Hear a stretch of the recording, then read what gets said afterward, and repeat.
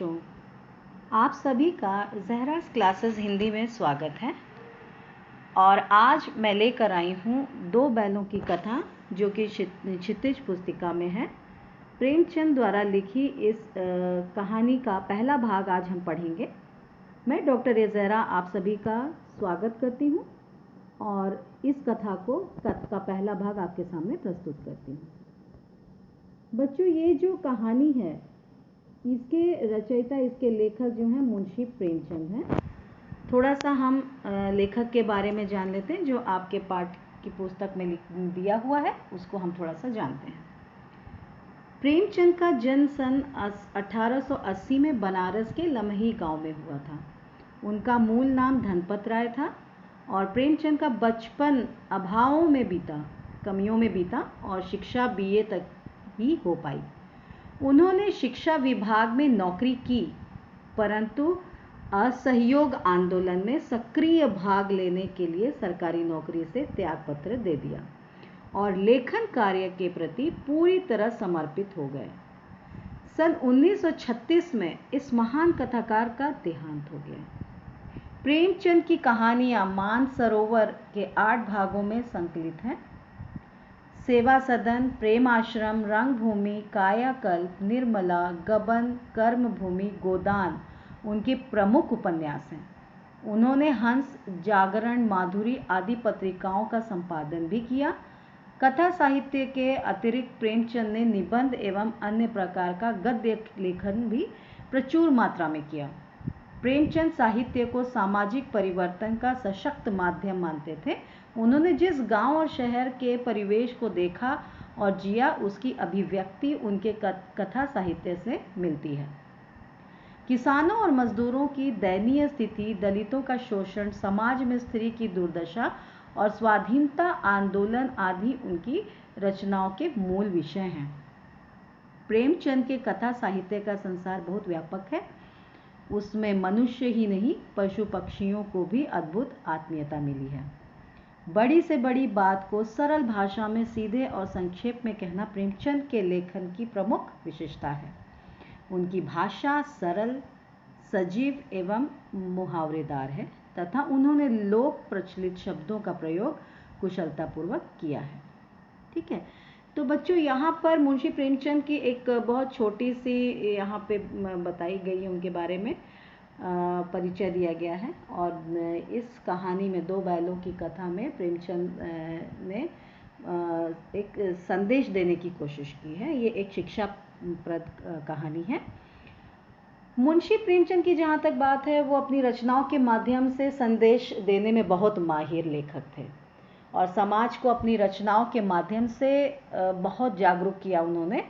और आप इसमें आपने अभी पढ़ा, ढेर सारी अभी रचनाएं उनकी आपने देखी कि उनके नाम मानसरोवर, सेवा सदन, प्रेमाश्रम, कहीं ना कहीं सामाजिक मुद्दों को लेकर उन्होंने लिखा।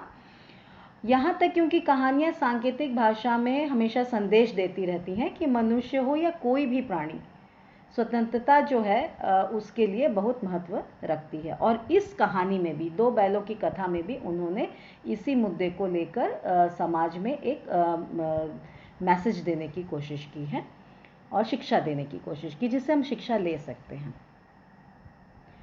मुंशी प्रेमचंद की एक खासियत ये थी कि उन्होंने अपनी जितनी भी रचनाएं लिखी वो बहुत सरल और सजीव भाषा में लिखते थे, मुहावरेदार होती थी, जिसमें मुहावरों का प्रयोग बहुत होता था और बहुत अच्छी तरीके से, वो बहुत सरल तरीके से किसी भी सामाजिक चीज़ को, चाहे वो स्त्री की दुर्दशा हो या स्वाधीनता आंदोलन हो या फिर कोई और प्रकार का शोषण हो, उन सब मुद्दों को अपने कहानी के रूप में वो बहुत अच्छी तरीके से उकेरते थे। जहाँ तक दो बैलों की कथा है, वो एक ऐसी कहानी है जिसमें हमें ये सीख मिलती है कि स्वतंत्रता जो है वो सबका अधिकार है और उसे किस तरह से बनाए रखना सबका परम कर्तव्य है। दो बैलों की कथा में बैलों के माध्यम से प्रेमचंद ने अपने विचार समाज के समक्ष रखे हैं। और ये कहानी ये भी संदेश देती है कि दो मित्र जो हैं, बैल जो दो मित्र होते हैं, दोनों ने अपनी स्वतंत्रता को बनाए रखने के लिए किस तरह से संघर्ष किया और एक चीज़ और बताई गई है कि जो दो बैलों के बीच में घनिष्ठ भावनात्मक संबंध है उसको भी प्रेमचंद ने बहुत अच्छे से दर्शाया है। इसके साथ साथ एक मनुष्य का पशुओं के साथ किस तरह का व्यवहार होना चाहिए या किस तरह से आत्मीयता का एक दोनों के बीच में एक संबंध रहा, उसको भी प्रेमचंद ने इस कहानी के माध्यम से हम सबके सामने रखा है। ठीक है, तो अब चलते हैं हम आगे और देखते हैं कि ये कहानी कैसे है। आज हम इसका पहला भाग पढ़ेंगे। तो ये कहानी जो है दो बैलों की कथा के माध्यम से प्रेमचंद ने कृषक समाज यानी किसानों का जो एक समाज है, तबका है, और पशुओं के भावनात्मक संबंध का वर्णन किया है। दोनों के बीच का जो संबंध है, क्योंकि एक किसान जो है उसके लिए उसके जो पशु हैं, उसके गाय, उसके बैल, ये सब उसके लिए उसके संतान की तरह होते हैं। उनके बीच में एक बहुत अच्छा संबंध होता है, तो उसको बहुत अच्छी तरीके से इसमें उकेरा है। इस कहानी में उन्होंने यह भी बताया है कि स्वतंत्रता सहज में नहीं मिलती है। इस कहानी के माध्यम से हमें ये भी जानने को मिलता है कि जो आज़ादी है, स्वतंत्रता है, वो इतनी आसानी से किसी को नहीं मिलती है। हमने अपनी आज़ादी भी बहुत मुश्किल से मिली है भारतवर्ष को, तो उस चीज़ को लेके एक संदेश इसमें दिया हुआ है। आज़ादी उसके लिए बार बार संघर्ष करना पड़ता है। इस प्रकार परोक्ष रूप से ये कहानी आज़ादी के आंदोलन की भावना से जुड़ी है। आज़ादी का जो आंदोलन चल रहा था उसकी भावना से जुड़ी हुई है। और इसके साथ ही इस कहानी में प्रेमचंद ने पंचतंत्र और हितोपदेश की कथा परंपरा का उपयोग और विकास किया है। जो पंचतंत्र है या हितोपदेश है, ये सब कहानियाँ जो फोक टेल्स होते हैं, ये कथा परंपरा जो है, इस माध्यम से उन्होंने इनको भी इम्पोर्टेंस दिया है, इसका भी उपयोग किया है। चलते हैं कहानी की तरफ और कहानी के पात्रों की तरफ चलते हैं। देखते हैं कि इस कहानी के मुख्य पात्र कौन कौन हैं। ये कहानी जो है एक गांव के परिवेश में है और इसके मुख्य पात्र जो हैं वो ये दो बैल हैं जिनका नाम है हीरा और मोती, और इनके मालिक झूरी। कहानी इन दोनों के बीच की है, इन दोनों के बीच के संबंधों की है, दोनों बैलों के बीच के संबंध की और उनके मालिक के साथ इनके क्या रिलेशन है उस संबंध की। चलते हैं, हम कहानी पढ़ते हैं।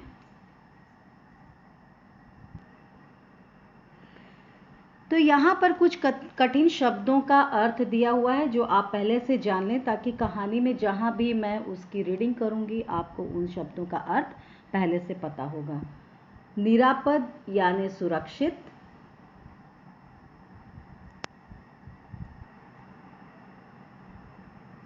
पछाई यानी पालतू पशुओं की एक नस्ल है। ये एक प्रजाति है जो पालतू पशुओं की होती है, जिन्हें पाला जाता है, उसकी एक नस्ल है। गोई यानी जोड़ी, पेयर जिसको कहते हैं। कुलेल यानी क्रीड़ा यानी खेल करना। विषाद यानी उदासी। पराकाष्ठा यानी अंतिम सीमा, लिमिट जिसको कहते हैं। पगहिया यानी पशु बांधने की रस्सी। गराव यानी फुंदेदार रस्सी जो बैल आदि के गले में पहनाए जाती हैं। तो ये वो रस्सी होती है जिससे बैल या पालतू जानवरों को बांधा जाता है। टिटकार यानी मुंह से निकलने वाला टिक टिक का शब्द। मसहलत यानी हितकर। रगेदना यानी खदेड़ना यानी भगाना किसी को। साबिका यानी वास्ता यानी सरोकार। कांजी हाउस यानी जहाँ मवेशियों को रखा जाता है, मवेशी खाना जहाँ कैटल्स को रखा जाता है। रेवड़ यानी पशुओं का झुंड, जो ग्रुप होता है पशुओं का, उसको रेवड़ कहते हैं।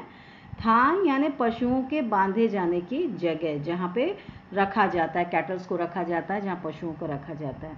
उत्साह यानी उत्सव, आनंद। तो ये कुछ शब्द ऐसे हैं जिनका अर्थ आपको पता होने से कहानी और अच्छे से समझ में आती है और रोचक होती है। चलते हैं कहानी की तरफ, और ये शुरुआत है।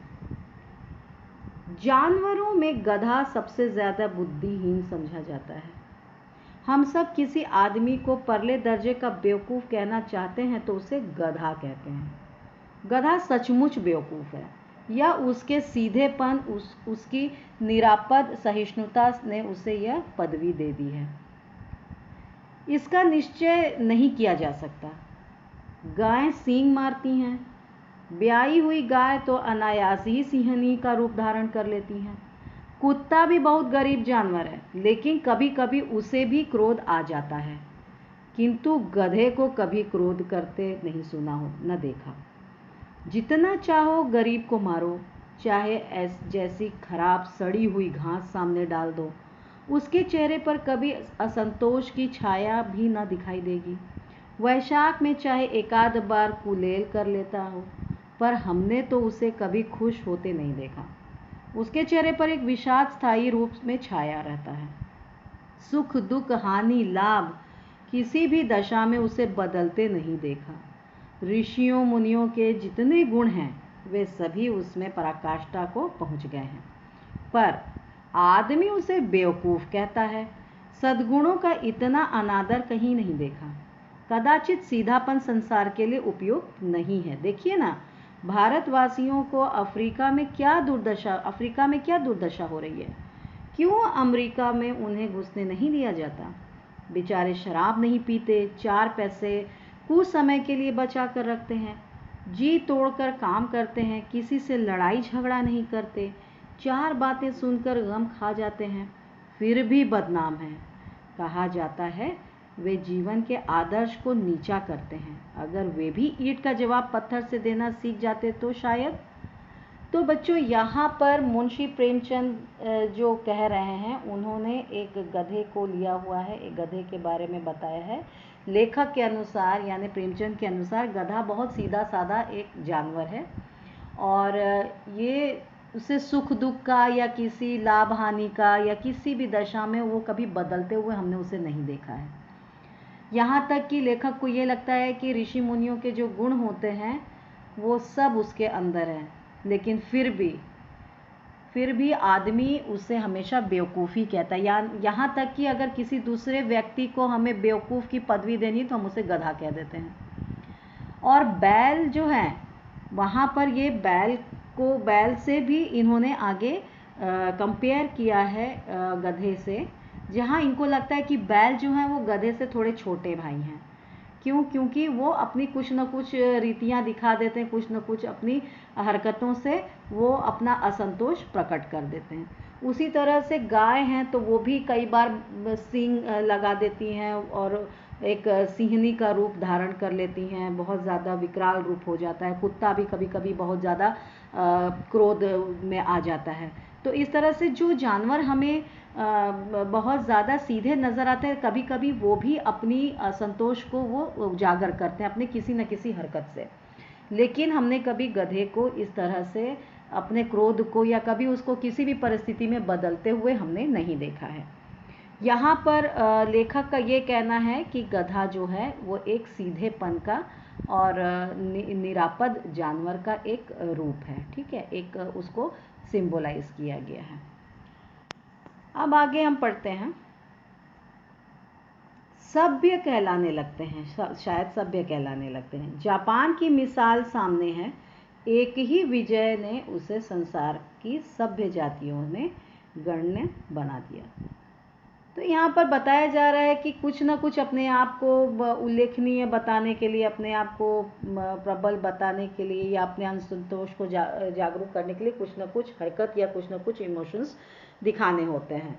लेकिन गधा इस तरह का कोई इमोशन नहीं दिखाता है।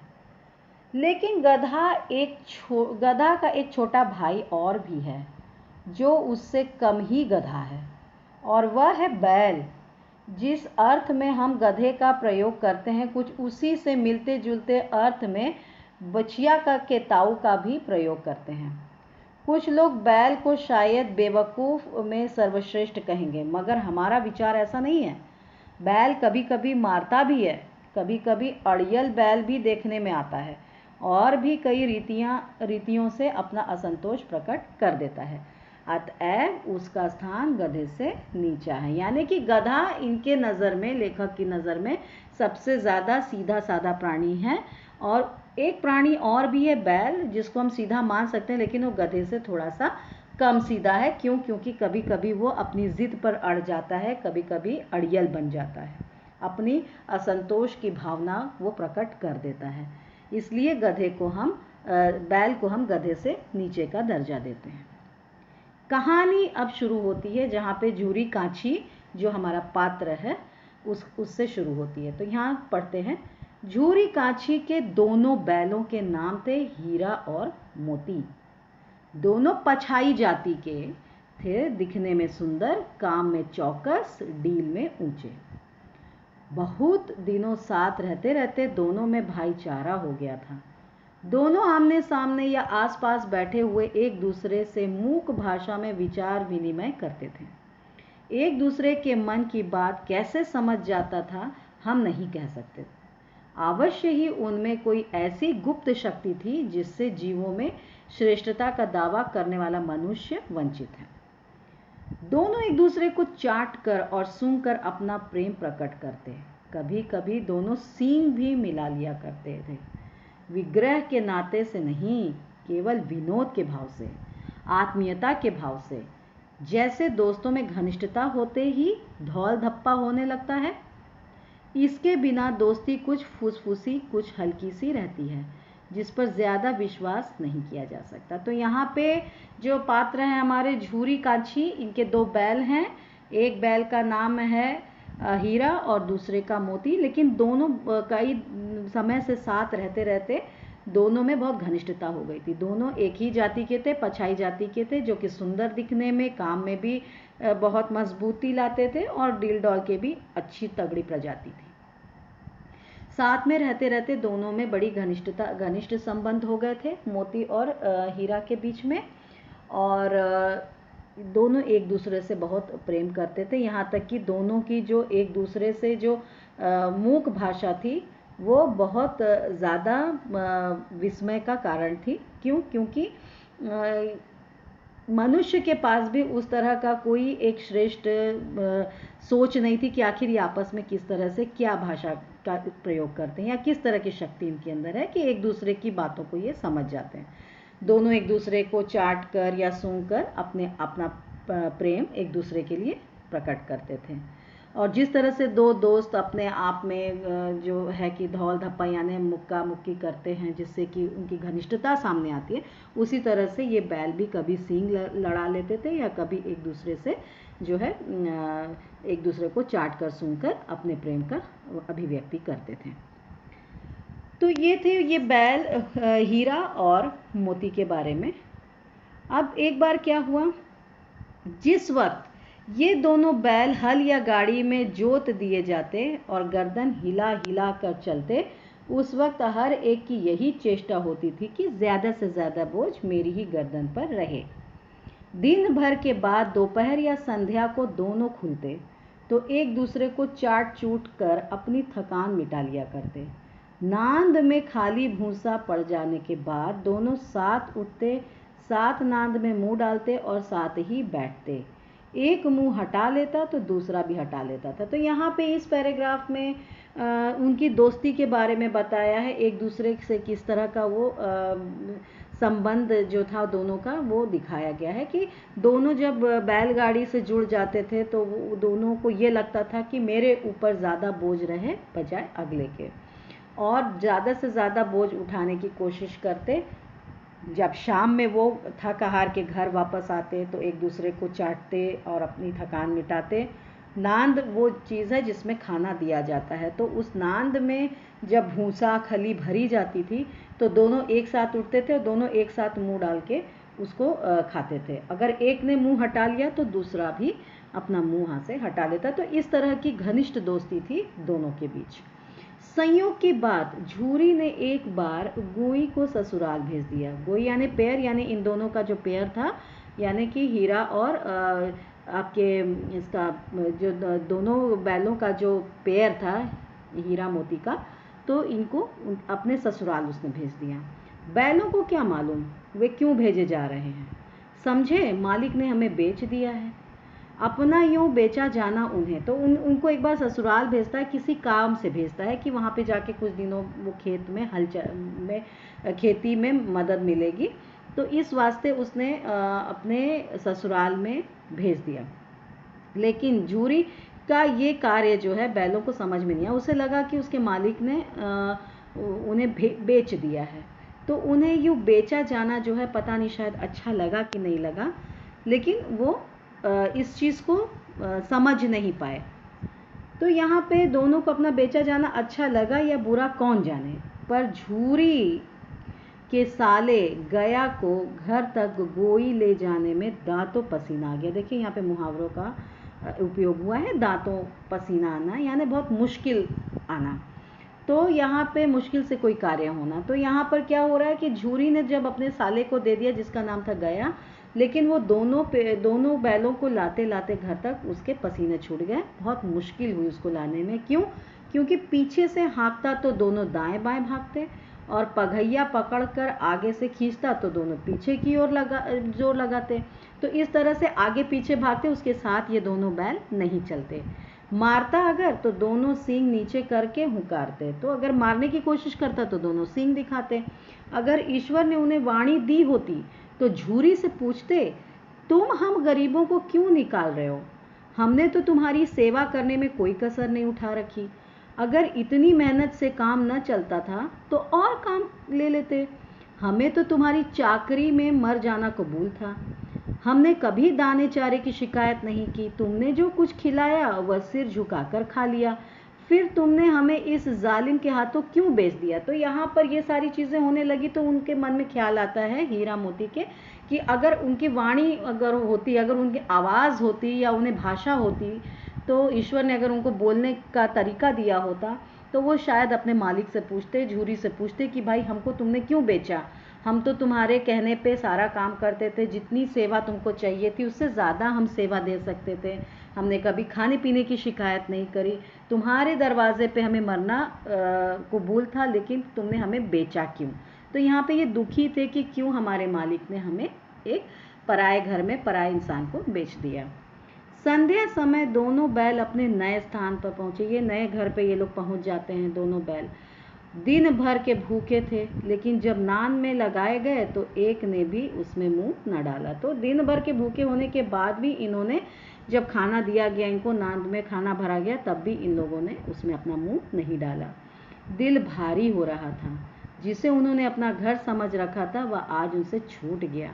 यह नया घर, नया गांव, नए आदमी उन्हें बेगानों से लगते थे। तो यहाँ पर उन्हें ये नई जगह बिल्कुल पसंद नहीं आई। उन्हें अपने पुराने घर की याद आने लगी, नए लोग दिखने लगे यहाँ पे, नए आदमी, नए गांव।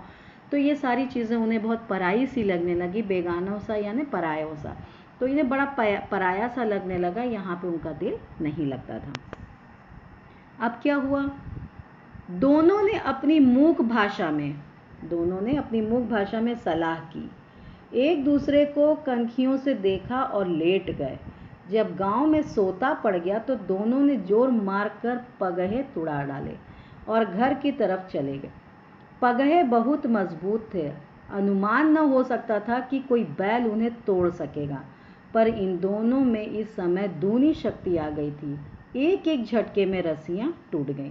तो दोनों ने एक दूसरे से सांकेतिक भाषा, जो मूक भाषा में हमेशा बात करते थे, दोनों ने एक दूसरे से बातें की, सलाह की और एक दूसरे को कुछ समझाया और लेट गए और उस समय का इंतज़ार करने लगे जब गांव में सारे लोग सो गए, सन्नाटा हो गया। और तब दोनों ने इतनी ज़ोर से ताकत लगाई कि जिस रस्सी से, पगहे से जिससे ये बंधे थे, उसको इन्होंने तोड़ दिया। वो बहुत मजबूत पगहा था, उससे कोई तोड़ नहीं सकता था, लेकिन फिर भी इनमें इतनी शक्ति आ गई थी कि इन्होंने उस पगहे को एक झटके में तोड़ दिया, उस रस्सी को तोड़ दिया। झूरी प्रातःकाल सोकर उठा तो देखा कि दोनों बैल चरनी पर खड़े हैं। झूरी जब उठा सुबह तो उसने देखा कि उसके दोनों बैल वापस आ चुके हैं।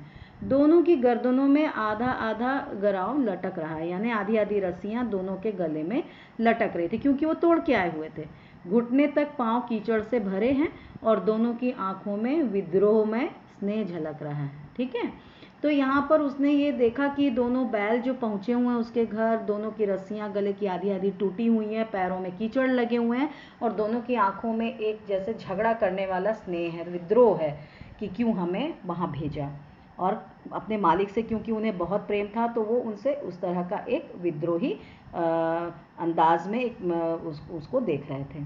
झूरी बैलों को देखकर स्नेह से गदगद हो गया। गदगद होना यानी खुशी इसमें समा जाना। ठीक है, दौड़कर उन्हें गले लगा लिया। प्रेमालिंगन और चुम्बन का वह दृश्य बड़ा ही मनोहर था। यानी झूरी को इतना अच्छा लगा उनको देखकर कि बहुत प्रेम भावना जग गई उसके अंदर, और उसने दौड़ के उन्हें गले लगा लिया और अपने बैलों को उसने चूमना शुरू कर दिया। अब क्या हुआ कि घर और गांव में जैसे कि एक पर्व का माहौल हो गया। घर और गांव के लड़के जमा हो गए, तालियां बजाकर उनका स्वागत करने लगे। गांव के इतिहास में यह घटना अभूतपूर्व न होने पर भी महत्वपूर्ण थी। बाल सभा ने निश्चय किया कि दोनों पशु वीरों को अभिनंदन पत्र देना चाहिए। कोई अपने घर से रोटियां लाया, कोई गुड़, कोई चोकर, कोई भूसी। तो यहाँ पर गांव में कौतूहल का एक माहौल बन गया, लोग खुश हो गए, बच्चे भी जमा हो गए, तालियां बजने लगी और उनको लगा कि बहुत अपूर्व घटना है कि भाई बहुत अच्छी घटना है, जिससे कि ये बैल जो थे ये गए और ये वापस भी आ गए। और इनको ऐसा लगता है बच्चों को कि इनको कुछ अभिनंदन पत्र देना चाहिए। और इस एवज में बच्चों ने क्या किया, अपने अपने घर से रोटियां लाए, कुछ गुड़ लाए, कोई चोकर लाए और कोई भूसी लेकर आया। एक बालक ने कहा, ऐसे बैल किसी के पास न होंगे। दूसरे ने समर्थन किया, इतनी दूर से दोनों अकेले चले आए। तीसरा बोला, बैल नहीं है, उस जन्म के आदमी हैं। इसका प्रतिवाद करने का किसी को साहस न हुआ। यानी कि सब ने उसको जो है सराहा, सारे बच्चों ने उसे अपनी अपने हिसाब से उसको समझाया कि ये बैल जो हैं इतनी दूर से कैसे चले आए अकेले। फिर कोई बोला कि ये किसी के पास इतने अच्छे बैल हो ही नहीं सकते हैं। किसी ने बोला कि ये इस जन्म के नहीं, पिछले जन्म के कोई अच्छे इंसान होंगे। तो इस तरह से किसी ने भी इस घटना को जो है बुरा नहीं माना, सब ने इसकी प्रशंसा की। झूरी की स्त्री ने बैलों को द्वार पर देखा तो जल उठी, बोली, कैसे नमक हराम बैल हैं, एक दिन वहां काम न किया, भाग खड़े हुए। अब झूरी की जो पत्नी थी वो बहुत दुखी हुई, क्योंकि उसके मायके से वापस आ चुके थे। यानी कि वो जिस काम के लिए भेजा गया था वो काम हुआ नहीं, और जब ये काम हुआ नहीं तो वो उसे जलन हो गई, उसे चिढ़ मच गई। उसने कहा, एक दिन भी काम नहीं किया और भाग के आ गए। झूरी अपने बैलों पर यह आक्षेप न सुन सका। नमक हराम क्यों है, चारा दाना न दिया होगा तो क्या करते। तो झूरी ने उनको बचाया, कहा कि नमक हराम कैसे हो गए, जहां उनको दाना पानी नहीं मिलेगा, चारा पानी नहीं दिया होगा, इसलिए भाग चले होंगे। स्त्री ने रोब के साथ कहा, बस तुम ही तो बैलों को खिलाना जानते हो, और तो सभी पानी पिला पिला कर रखते हैं। तो स्त्री ने फिर से वहां गुस्सा दिखाया, उसकी स्त्री ने झूरी की, कि तुम ही एक बैल पालते हो, तुम ही एक बैल को खिलाना जानते हो, और सब तो जानते नहीं है, सारे लोग पानी पिला के रहते हैं। तो यहाँ पे उसने अपने गुस्से का इजहार किया। फिर क्या हुआ, झूरी ने चिढ़ाया, चारा मिलता तो क्यों भागते। फिर झूरी ने कहा कि भाई उसको वहां बैलों को चारा मिला होता तो शायद वो नहीं भागते, वहीं रहते। स्त्री चिढ़ी, भागे इसलिए कि वे लोग तुम जैसे बुद्धुओं की तरह बैलों को सहलाते नहीं, खिलाते हैं तो रगड़ कर जोतते भी हैं। ये दोनों ठहरे कामचोर, भाग निकले। अब देखूं कहाँ से खली और चोकर मिलता है, सूखे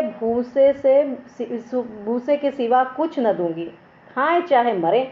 अब ये चिढ़ गई, जो झूरी की पत्नी थी वो कही कि वहाँ पे तुम्हारे जैसे लोग थोड़ी होते हैं जो सहलाते हैं जानवरों को, वहाँ पे जम के खिलाते हैं तो रगड़ के काम भी लिया जाता है।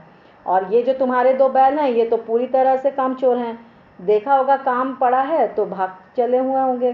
तो अब यहाँ पे बोलती है उसकी स्त्री उसकी पत्नी की, देखती हूँ कि इनको कैसे खली और चोकर जो है अच्छा खाना मिलता है, मैं इन्हें सूखे भूसे से ही काम चलाऊंगी, चाहे ये जिए चाहे मर जाएं। वही हुआ, मजूर को कड़ी ताकीद कर दी गई कि बैलों को खाली सूखा भूसा दिया जाए। जो नौकर था घर का उसको ताकीद कर दी गई कि भाई तुम जो है बैलों को सूखा भूसा ही दोगे, उनको और कोई चीज़ नहीं दोगे। बैलों ने नान में मुंह डाला तो फीका फीका, न कोई चिकनाहट न कोई रस, क्या खाएं, आशा भरी आंखों से द्वार की ओर ताकने लगे। तो उनको ये जब खाना दिया गया तो वो उनको बड़ा नीरस सा खाना लगा, बड़ा बेस्वाद का खाना लगा, और वो द्वार के आगे ताकने लगे, कुछ उम्मीद में ताकने लगे। झूरी ने मजूर से कहा, थोड़ी सी खली क्यों नहीं डाल देता बे, मलकिन मुझे मार ही डालेंगी। चुरा कर डाला ना दादा, पीछे से तुम भी उन्हीं किसी कहोगे। तो यहाँ पे झूरी जो है वो मजदूर से, घर के नौकर से कहता है कि जाओ तुम उसको थोड़ी सी उसमें खली भी डाल दो ताकि इन बैलों को स्वाद आए। तो वो बोलता है कि नहीं, मालकिन ने मुझे मना किया है, मैं नहीं डालूँगा। तो झूरी कहता है कि जाके चुप्पे से डाल आओ। तब ये वहाँ पे नौकर जो है झूरी से कहता है कि मैं तो डाल दूँ, लेकिन बाद में तुम भी मालकिन के साथ जो है मिलके मुझे डांटोगे। तो बच्चों, ये रहा पहला भाग, जिसमें हमने देखा कि किस तरह से दोनों बैलों की दोस्ती इसमें दिखाई गई है और अपने मालिक के प्रति प्रेम दिखाया गया है। तो मुझे उम्मीद है कि आपको ये पहला भाग पसंद आया होगा, समझ में भी आया होगा। और अगर समझ में आया है तो इस चैनल को लाइक, शेयर, सब्सक्राइब कर दीजिए, ताकि आप जो हैं अगले पार्ट को भी देख सकें। इसलिए बेल आइकन भी दबा दीजिए। धन्यवाद।